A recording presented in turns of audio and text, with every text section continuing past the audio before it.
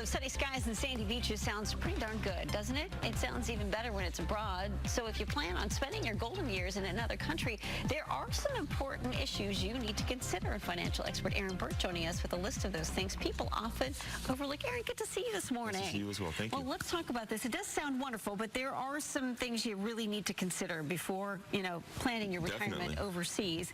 What about health care coverage? Well, you may have health care coverage, but one thing you definitely will not have is Medicare, because Medicare doesn't pay when you are in a foreign country. So you need to look at who your current health care coverage provider is and see if maybe they will cover you in a foreign country. I wouldn't count on it, and every country is different. So really, depending on what country you're going to, it's going to make a big difference.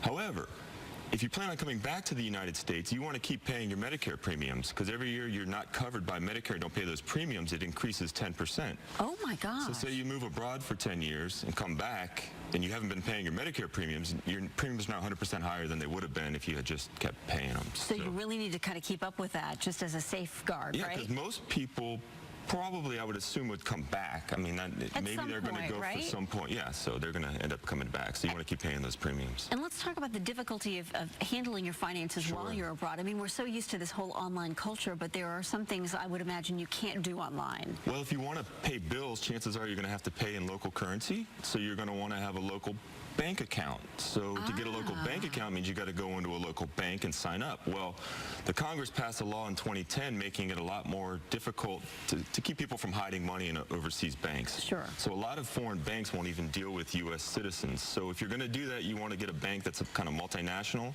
and then keep up with currency exchange rates, because the dollar fluctuates versus the peso or the euro or whatever. So your dollars may be worth more, they may be worth less, and that changes every day. Okay, and let's talk about finally filing your taxes. Of course. Well, if you are still a U.S. citizen, you still have to file U.S. income taxes. So you need to make sure that you continue to do that. Now, you may have to pay local taxes too. So if you're earning overseas, you may have to pay foreign taxes to that government.